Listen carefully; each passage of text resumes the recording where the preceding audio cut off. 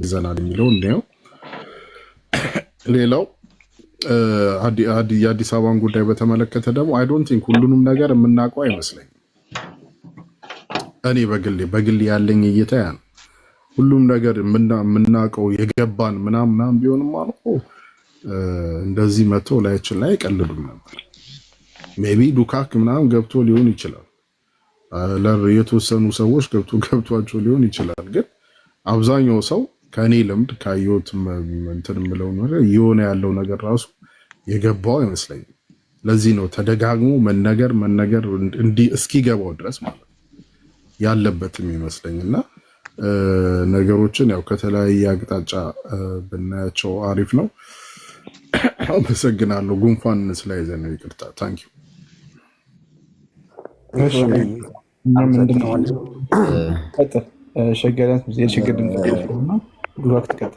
በጣም ነው የምናመሰግነው ለሰጠን አስተያየትም ለሰጠንም ማብራሪያ ማለት ነው። በጣም እናመሰግናለን። ማለት ሶሻል ሚዲያው ላይ እኛ መጠንከር ማለት እኛ ራሳችን ማሳየት ስላለብን ነው ብዬ ነው እንጂ ምክንያቱም አሁን ለብዙ ጊዜ እንትን እንላለን ያለች ፍቅር ማለት ነው። በጣም ብዙ ጊዜ በመደወል እጠራታለሁ። ብዙ የአዲስ አበባ ልጆች እኔ ቤት ሲገቡ ፍቅርን እደውልላታለሁ። ስራ ላይ እንኳን ሆና ራሱ መጣ ታስረዳለች። እኔ መቻት ጊዜ እንትን የምትለውና እኔ እንደዛ ያልኩት ምን ለመሰለህ ሶሻል ሚዲያ ላይ መስራት አለብን ያልኩት የሚያውቅ ማለት የማያውቁ ልጆች አሉ። በጣም ብዙ የአዲስ አበባ ልጆች ነው። ስለዚህ ስለ ዓላማችን ሁሉም ማወቅ ስላለበት ገብቶሃል። ዓላማው ማወቅ አለበት። ማንም ሰው ሲነሳ ተነስ ስላልኩ አይነሳም። ዓላማው ሲያውቅ ነው የሚነሳው እና ዓላማው ማወቅ ስላለበት ነው የአዲስ አበባ ልጅ ሁሉም ማለት ነው። ሁለተኛ ደግሞ እኛ አዲስ አበባ ልጆች በሶሻል ሚዲያ ላይ በጣም አክቲቮች ነን። ከሁሉም በጭንቅላትም በአስተሳሰብም እኛ የምንበልጣቸው ከሁሉም ጭንቅላታችን ሰፊ ስለሆነ ነው እንበልጣቸዋለን። እና በጭንቅላት ስለምንበልጣቸው የማያውቁት እንዲያውቁ ያወቁት ደግሞ ሌሎቹ እንዲያስተላልፉ ነው። እና ስለሰጠኝ መልስ በጣም አመሰግናለሁ። ሁላችሁንም አከብራለሁ። ቴንኪዩ። እሺ ቴንኪዩ ሸገር ድምቀት። ትክክል ምን ያልከው ማሳወቅና ማወቅ እኛም ቅድም ወንድም ሊልክ የሞከረው ቅዳሜ ከዚህ ወደ ጀመርን አካባቢ ላይ አራዳ ፖለቲክስ በሚል የማስተማር ግንዛቤ አሁን የመፍጠር ሂደቱ እኛም እንፈልጋለን። ግድም ነው ግን ከራስ ነው መጀመሪያ ያለበት። አሁን አንተ ግድ ብሎ ነው አይደል የመጣው? ግድ ብሎ ለመማር ለማወቅ መምጣት። ማንኛውም የአዲስ አበባ ልጅ በዚህ ሰዓት የአዲስ አበባ ፖለቲካ ግድ የሚለው ሰዓት ላይ ነው የደረሰው። ግን እንዳልቅድም ወደ ስንጀምር አካባቢ እንዳወራ ነው የሆነ እንትን አለ፣ ባሪየር ወይም የአመለካከት ችግር አለ። ፈልገን ሳንፈልገው በትሬንድ ምክንያት የመጣ አመለካከት አለ። ያንን በተለይ አሁን አዲስ አበባ ያለው መጀመሪያ ላይ እንደጀመረ አካባቢ አዲስ አበባ ያለው ወጣት ነበረ ስፔሻሊ ከሚሊኒየም በኋላ ያለው ይሄ ፖለቲካ ትሬንዱ ምን ስለማያውቀው ትንሽ ችግር ፈጥሮ ነበርና እሱን ያንን የነበረውን ኃላፊነት እንዲረከብ እንዲያውቅ የማድረግ በጣም ከፍተኛ እንትን እያለ አሁን ግን ሳይወድ በግድ ህልውናው ሰርቫይቫል ጥያቄ ውስጥ ኮሽን ስለገባ አልፈልግም ፖለቲካ የሚለው ሁሉ ፖለቲካ ውስጥ ገብቶ ራሱን አደራጅቷል። አቅም አለው፣ ችሎታ አለው። ለዛ አቅሙ ግን እውቅና ያለመስጠት ችግር ነበር የአዲስ አበባ ልጅ ውስጥ። ለዛ የፖለቲካ ጉልበቱ አሁን አንተም ብለከዋል መጨረሻ ላይ አቅማችንን ጉልበታችን እንዳለን እያወቅን ግን ፖለቲካውን ሌላ ሰው እንዲሰራልን የመፈለግ አባዜ። ምክንያቱም 50-60 ዓመት የነበረው የኢትዮጵያ ፖለቲካ ሲመራ የነበረው ከሆነ ቦታ መነሻቸውን አድርገው ራሳቸውን አቅም እያጎለበቱ 4 ኪሎን ተቆጣጥረው የሚመሩን ኃይሎች ናቸው። እነሱ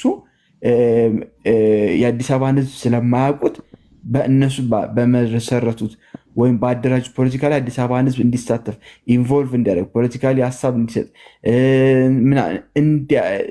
ያለማስጠጋት ስራ ስለሰሩ ወይም ሊያስጠጉት እንኳን ቢፈልጉ የአስተሳሰብ የአመለካከት ያካሄድ ልዩነት ስላለባቸው ያን ሁሉ ሜስ ላለማለፍ የራሳቸውን ሰው እያስጠጉ ወደ ፖለቲካው የነሱ ሰው ብቻ የአዲስ አበባ ሰው ሲመለከት አብዛኛው ከገጠር የመጣ ሰው ፖለቲካውን እየመራው ሳይሆን ፖለቲካው ለከተማ ሰው የማይመስል አይነት እየደረገ ያረን የዛው በቃ አይነት ነገር እሱ ለፖለቲካ ያልተፈጠረ አይነት እሳቤ ተፈጠረ።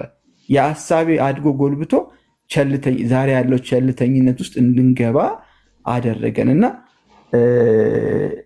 አሁን እንዳልነው የከተማው ህዝብ በህልውናው ምክንያት ወደ ፖለቲካ የመሳተፍ አቅም ጉልበት አግኝቷል።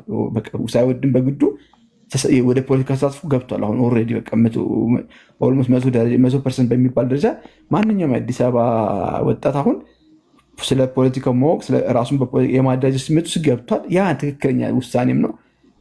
ከዛ ውጭ ያለው ግን አሁንም አክቲቭ ፓርቲሲፓንት ነው፣ አክቲቭ ነው በሶሻል ሚዲያ ላይ ግን ፖለቲካ በሚመለከት ነገር አክቲቭ መሆን የማይፈልግ ነው።